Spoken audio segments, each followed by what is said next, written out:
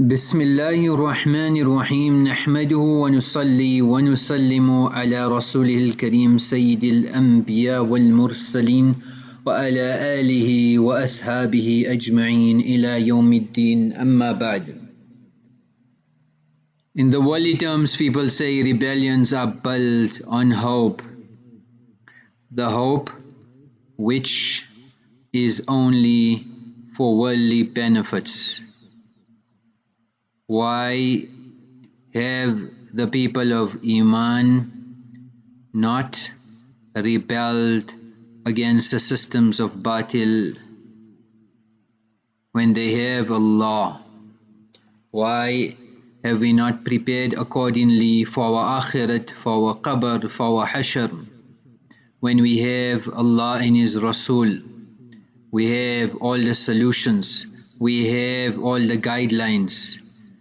Everything is clear cut. The people of batil in their batil are sincere. The people of haqq in their haqq are contaminated, as Mawlana Sayyid Khan Sahib Rahmatullah used to say. So when it comes to situations and it suits us, then we say no tawakkul, we say no taqdeer. We haven't taken up the appropriate steps, we haven't executed the correct methodologies, then conveniently we blame it on tawakkul and taqdeer. It's a fine line. We need to go to ulama and understand and realize where we are going wrong. So excuses are not good enough.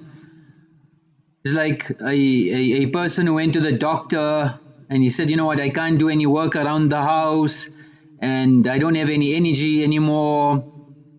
So the doctor did the examination, did all the tests, and after the tests were concluded, he asked the doctor, tell me now, you've done all the tests so much, what's wrong with me? So the doctor said, well, I'm going to spell it out.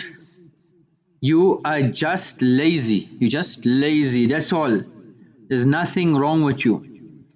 So what he said, okay, you know what, I got a problem because I need to explain. I need an alibi for my wife. So give me in medical terms what I can tell my wife what's wrong. So we're not even ready to accept when we are told that we are wrong. We run away from that person. We hide, we cover up, we justify. It's all about me. I will go in the grave and I am answerable to my Allah. So I need to prepare. Likewise in the dunya as well. It's cause and effect. It's darul asbab. There's the yaqini asbab, sure asbab, which is dua and amal.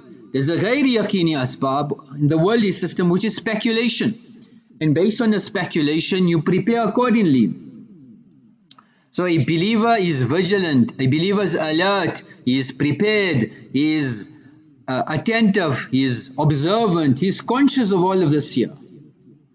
So we don't just let things happen and expect things to get done. No. But what should I be doing? What's the correct thing to do? Like a person was touring the countryside when he came across a farmer sitting on a tree stump. And he was just idle, chewing a blade of grass. So he asked him, how's things? The farmer said, can't complain. I had some trees to cut down. A cyclone came and spared me the trouble. So the tourist was shocked. He said, very interesting. Then what happened? So he said, I needed to set the bush on fire and dispose of the pile. So then lightning came and it saved me the trouble, it burnt it. So the tourist now just said, looks like another stroke of luck. So what you doing next? He said, nothing much, I'm just waiting for an earthquake to come and to shake the potatoes out of the ground for me from my farm. So where are we going? What are we not seeing? After COVID, after lockdowns, after so many deaths, and we haven't gotten down to the reality. So we need to go to the roots. Where is the problem? Hazrat Maulana Ashraf Ali Thanwi Rahmatullah alayhi Mujaddid Millat used to say that nowadays the hearts of people are saturated with greed, desire, lust, and their nafs is no more under control. It's not within their control. And that's why people are overwhelmed. They're consumed by worry, grief, frustration. It's all about fulfilling desires and ambitions. So they don't have any solace, they don't have any peace. People are yearning for the luxurious lives, and their entire life is squandered in pursuing and accumulating these material possessions. So Maulana used to say, why have they saddled themselves with so much worries? Instead of being contented with what Allah has given them, they've burdened themselves with this grief. It's blinded them. Their peace of mind has been completely shattered. So where are we going? Why are we not seeing through everything? بينما رجل بفلاة من الأرض فسمع صوتا في السحاب. Person who's walking in a barren land, he heard a voice coming out from the cloud saying, اسقي حديقة فلان, irrigate the garden of so and so. فتنحى ذلك السحاب, the cloud drifted to a certain direction. It discharged its water over some rocky plain. The streamlets flowed into a channel. This man followed the channel and it reached a garden, and he saw the owner of the garden standing in its center, working with his spade and spreading the water, changing the course of the water for irrigation. So he went to this person here and he addressed him, Ya Abdullah, ma ismuk, what's your name? Fulan. So he was shocked. He said that that's the same name I heard from the cloud. So he said, Inni sami'tu sawtan fi as-sahab alladhi hadha ma yaqulu. I heard the sound in the cloud saying your name, Isqi hadiqata fulan. So this was very significant. This was notable. I've seen something abnormal. So I needed to investigate, pour water down to the garden of so and so. So he said, now that you've asked me, I'll tell you what's the secret. فإني أنظر إلى ما يخرج منها فأتصدق. So this is the golden formula. I estimate the produce of the garden, distribute 1/3 of it in charity, 1/3 for myself and my family, and 1/3 I invest it back into the garden. So here, this person was executing the amal of deen. He was giving sadaqah. He was reinvesting. So one may ask, why was the need to reinvest? He was already extracting benefit from the unseen system. He could have just waited for the food to come. He could have waited for the crops. He was still working hard in the garden, although he's seen the unseen help of Allah subhanahu wa ta'ala. So with regards to deen and dunya, there's a balance and many fail. So what amal he did and what he needed to do, get it right. So much power in deen, so much power in amal, that you can subjugate the unseen system. You can control the unseen system. So deen is true, Allah is true. The weakness is with me. So we need to introspect. The villains outside are villains. Batil is batil. But we need to check our amal. So that's very important. Currently now globally as well, there is a strategy, there is certain policies which are supposed to be executed to weaken and isolate Russia. So economic ties with Russia has been severed. Likewise, policies have been put in place. But these policies here will come with consequences. So any policy that makes China stronger is counterproductive for US strategic interests. Because what will happen now is, due to this proxy war, China and Russia's relations will become stronger. The world manufacturing powerhouse, China, and the world's second biggest producer of hydrocarbons, Russia, their relationship just got stronger, and it is counterproductive for US interests. So this relationship now will accelerate a non-dollar zone, and the petrodollar is at risk. The global trade system for the US is at risk. So alone the war has caused a collapse in global trade. There's disruptions in important and critical supply lines, and shortages in the energy sector, in food sector, is unprecedented. So we can see the world as there's a complete redivision. So if the US does not come on their knees and negotiate and come with a peace strategy, then they are vulnerable. Likewise, the European Union. So there's a boomerang game, an economic backlash, which will come back, which will haunt them, and probably unemployment may soar to the Great Depression levels. Blackouts will become like the norm. Food shortages and riots and looting will become the order of the day, especially when Europe is going into a winter, in a real winter, in economic winter, a financial winter, and real-time winter as well.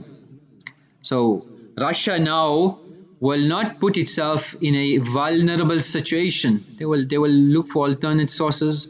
So all the critical energy is now flowing into China, India, other countries that are willing to support them. If you look at just now, 2021, Russia provided 40% of all the natural gas consumed for the EU and 25% of oil. So Nigeria, Iran, Saudi Arabia combined, do you think so they will able to resolve this energy crisis? It may be one of the worst and longest crises in history. So if in the past we had an oil crisis, now we've got a gas crisis, an electricity crisis, a food crisis, economic crisis, and the world is really walking into this crisis. So look at Germany. It imports 34% of its oil from Russia. The difference is Russian oil is it's tried, it's tested, it's high quality, it's engineered. The German refineries have been engineered according to the oil requirements. So choosing a different oil from different providers is like putting a spike in the wheel, a spoke in the wheel, where they will have to modify the entire infrastructure. They will have to probably, researchers are saying, you have to take at least 6 years before these modifications can be implemented. So Germany being a hub in Europe, an axis of trade and development and economic progress is at risk and volatile themselves. So literally 60 days before the US and Europe have a chance to make up, if they are humble enough to negotiate. If not, Allah help us. And the games that have been played, just take one example. So the CIA had control, had interest in Hollywood, and there's around 30,000 documents exposing the Department of Defense and how the Pentagon, the CIA had editorial control over 2,000 films and television shows. So from the 1960s and the debate of the US national security establishment and the feds.